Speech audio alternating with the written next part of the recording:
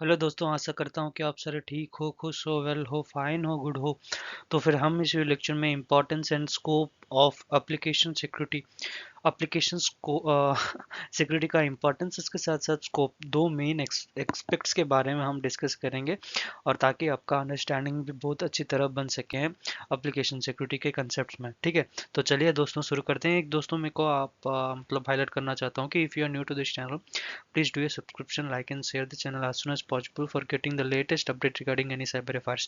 तो चलिए दोस्तों शुरू करते हैं आज का video analysis importance and scope of application security के बारे में।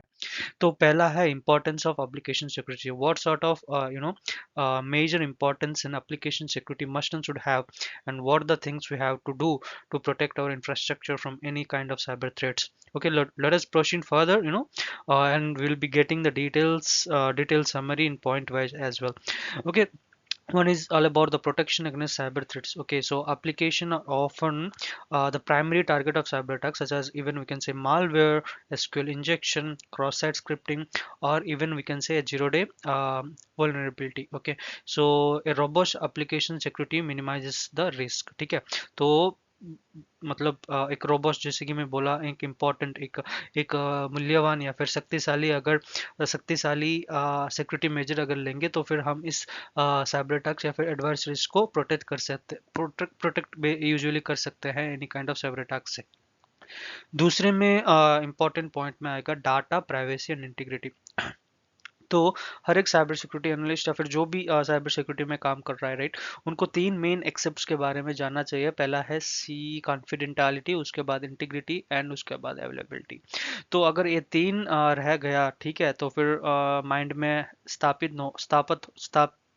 हो गया, ठीक है, तो then definitely I can damn sure that they will be getting a clear picture about the infrastructural security as well as the data which is which is available to each and every person, are minimized or not, whether that is having availability and accessible to each and everyone or not within set of organization.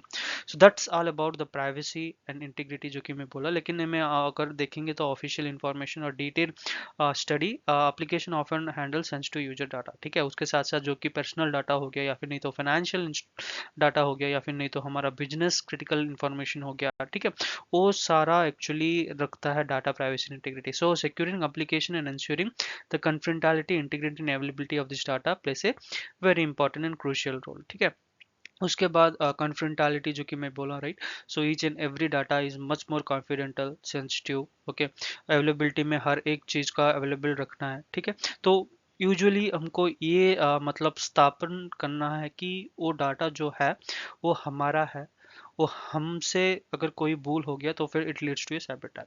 ठीक है, तो दोस्तों उसके बाद आएगा हमारा compliance and regulation.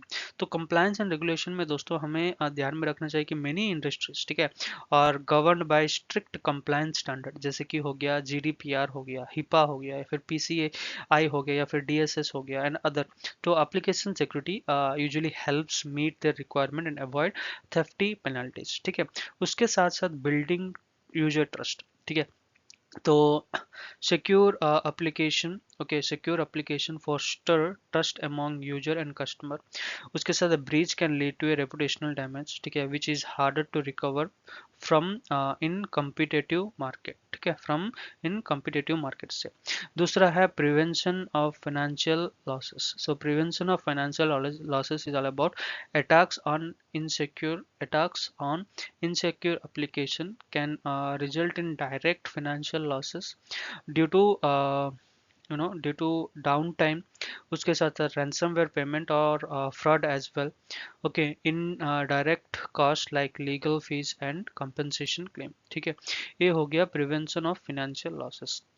and last and final is all about resilience against evolving threat। तो application security okay, prepares organization to adapt every changing threat landscape। ठीक है, ensuring a long term robust security measure, and for each and every, each and everything we have to be much more aware about the things, much more aware about the consequences which may or may not be coming into direct or indirect roles. Okay, so that's placing a very very major important role in the form of in the field of application security.